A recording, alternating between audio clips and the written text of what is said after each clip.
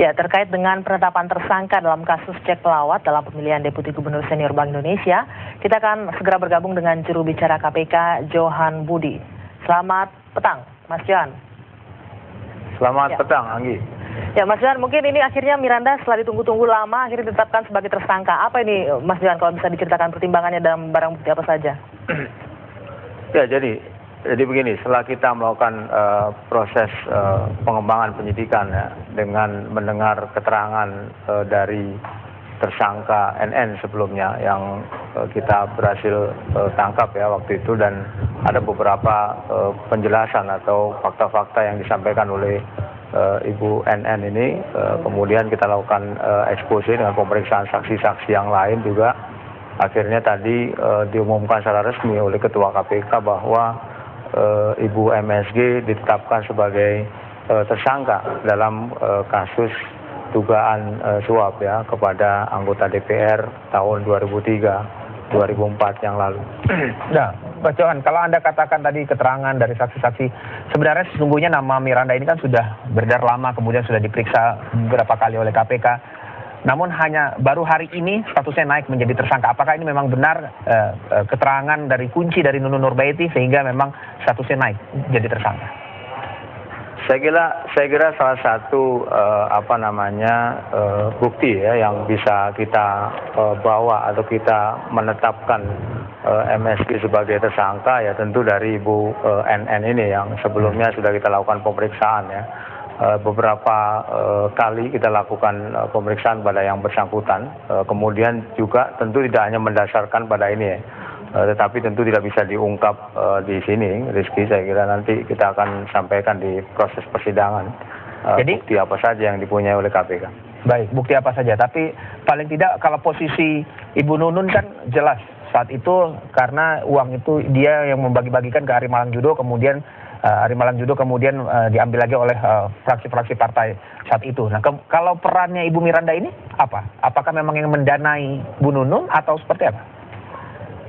Kalau dilihat dari pasal yang disangkakan, pasal 5 ayat 1 ya, Undang-Undang 31 dan 99, kemudian kita juntuhkan pada pasal 55, artinya KUHP bersama-sama ya, artinya dituduh disangkakan yang bersangkutan adalah ikut bersama-sama dalam kaitan dengan upaya untuk melakukan penyuapan kepada anggota DPR periode 2004 yang lalu yang diduga terkait dengan pemilihan Deputi Senior Gubernur BI. Nah, tentu saya tidak bisa bicara secara detail ya apa saja yang dipunyai oleh KPK sehingga KPK menetapkan yang bersangkutan sebagai tersangka. Tetapi yang pasti dalam proses pengembangan penyidikan baik dari keterangan saksi maupun tersangka sebelumnya, KPK sudah menemukan alat bukti yang cukup untuk bisa menetapkan Ibu MSG ini sebagai tersangka.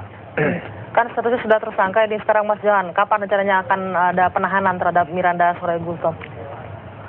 Jadi gini, seorang tersangka tentu bisa ditahan, bisa juga tidak ya. Untuk kepentingan apa seseorang tersangka ditahan itu ada alasan subjektif dan objektif ya. Alasan subjektif adalah misalnya yang bersangkutan dikhawatirkan menghilangkan barang bukti misalnya atau melarikan diri dan lain sebagainya. Nah, ukuran subjektivitas ini tentu ada di penyidik ya, penyidik KPK. Nah, menurut penyidik KPK dalam kaitan dengan alasan subjektif dan objektif tersebut untuk kepentingan penyidikan juga saat ini belum perlu dilakukan penahanan terhadap Ibu MSG. Oke. Kalau Anda katakan penahanannya belum, kemudian bagaimana dari pengembangan ini? Apakah memang selesai sampai di Miranda atau memang ada tengah lagi yang diburu oleh KPK terkait dengan kasus cek pelawat ini? Misalkan siapa yang mendanai, apakah memang ini sudah termasuk di Ibu Miranda semua dari grand design-nya? Saya kira seperti yang disampaikan oleh Ketua KPK tadi siang ya dalam konferensi pers bahwa KPK belum berhenti pada penetapan status MSG ini. Tetapi pengertian belum berhenti itu mendasarkannya tentu pada apakah ada dua alat bukti yang cukup yang bisa mengkaitkan kepada seseorang itu. Saya kira siapapun orang itu. Jadi pengembangan itu masih akan dilakukan terutama dalam kaitan ini selama ini kan ada anggapan ya, persepsi soal missing link ya. Siapa sebenarnya pemilik dana untuk TV yang diberikan kepada itu. Itu yang sedang kita kembangkan, tapi terlalu dini. Kalau misalnya saat ini kita jelaskan secara detail, itu nanti kita kembangkan dalam proses penyidikan dengan tersangka MSG ini. Tentu dasar kita dua alat bukti yang cukup ya, bukan desakan ataupun tekanan ataupun juga permintaan, tetapi apakah penyidik KPK menemukan dua alat bukti yang cukup untuk bisa mengkaitkan kepada seseorang, siapapun orang itu. Ya, tapi ini kan pemeriksaan terhadap Miranda sudah dilakukan sejak 2008, Mas Johan. Apakah memang masih butuh waktu lagi untuk bisa mengembangkan, mengetahui siapa di balik ini semua? Atau masih ada yang ditunggu dulu? Iya kan, pemeriksaan sebagai tersangka kan belum pernah dilakukan kan kepada Ibu MSG ini. Baru sebagai saksi untuk tersangka Ibu N-nya. Jadi nanti tergantung dari hasil pengembangan itu sejauh mana bukti-bukti yang bisa kita dapatkan dari proses pengembangan itu untuk bisa menemukan atau mengkaitkan kepada siapa sesungguhnya yang punya dana atau punya TC itu ya, sumber dananya itu dari mana, siapa yang punya, itu sedang kita kembangkan nanti. Berarti sejauh ini memang Miranda ini statusnya yang jadi tersangka baru bersama-sama terlibat ikut dalam penyuapan atau cek pelawat ini. Jadi bukan ia merupakan yang mendanai, Mas Johan ya? Belum ya? Kalau kita lihat dari pasal tadi yang saya sampaikan, pasal 5 ayat 1 ya, kemudian pasal 55 KUHP tadi sudah jelas apa yang disangkakan kepada Ibu MSG ini. Berarti harus dicari dulu ya, siapa yang sesungguhnya yang mendanai dan TC itu tadi ya? Siapakah yang mensponsori begitu ya? Ya, ini sedang dikembangkan seperti yang disampaikan oleh Ketua KPK tadi ya. Tentu pengetahuan Ketua KPK lebih banyak dibanding saya. Tapi sejauh ini memang apakah orang yang mendanai itu pengusaha atau siapa itu? Ya, itu yang sedang dicari, Rizky. Kalau sudah tahu ya nggak usah disebut. Bukankah KPK juga sudah tahu memiliki siapa yang mendanai?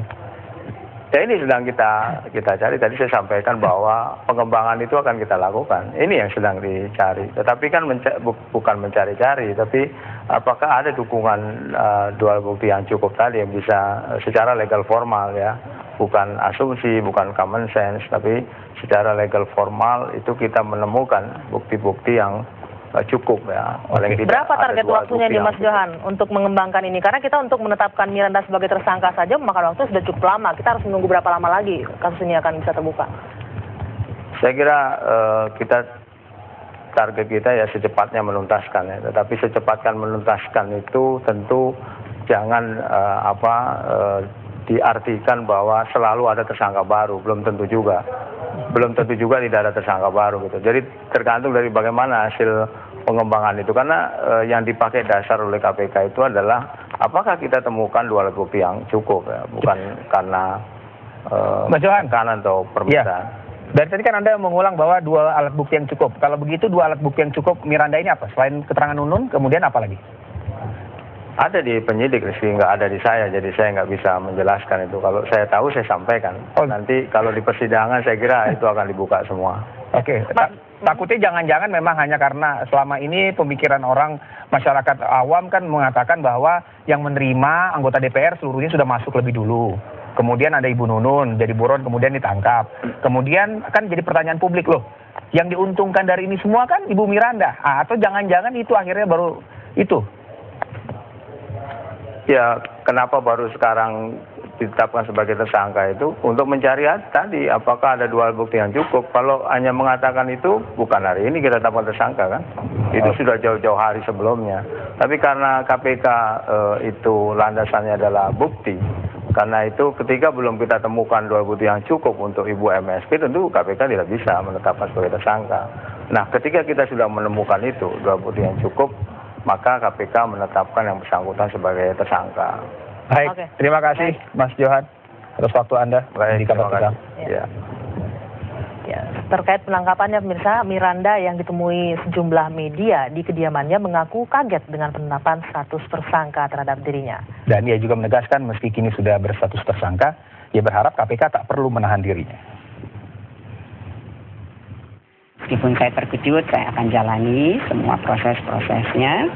Meskipun seperti saya katakan tadi, saya tidak pernah menyangka akan melalui proses seperti ini. Karena selama saya menjadi saksi-saksi di KPK yang selalu saya datangi, tidak pernah saya hindari, itu saya merasa sudah menjelaskan semua fakta-faktanya. Saya merasa selama ini saya sangat kooperatif. Sejak tahun 2008, setiap dipanggil menjadi saksi dari para tersangka sebelumnya, saya tidak pernah tidak hadir. Ada satu kali saya hanya minta mundur dari jam 10 ke jam 1 siang karena saya sebagai promotor dari dokter, sebagai profesor di UI, saya harus menjalani sidang itu. Ada satu kali lagi, persis panggilan datang, saya sedang berada di luar negeri. Hanya 2 kali itu dan begitu saya kembali langsung saya yang memberitahukan, saya sudah ada, ayo saya datang. Nah, dengan ketaatan seperti itu, sungguh saya berharap bahwa tidak ada keperluan untuk itu dari kasus Cek Pelawat.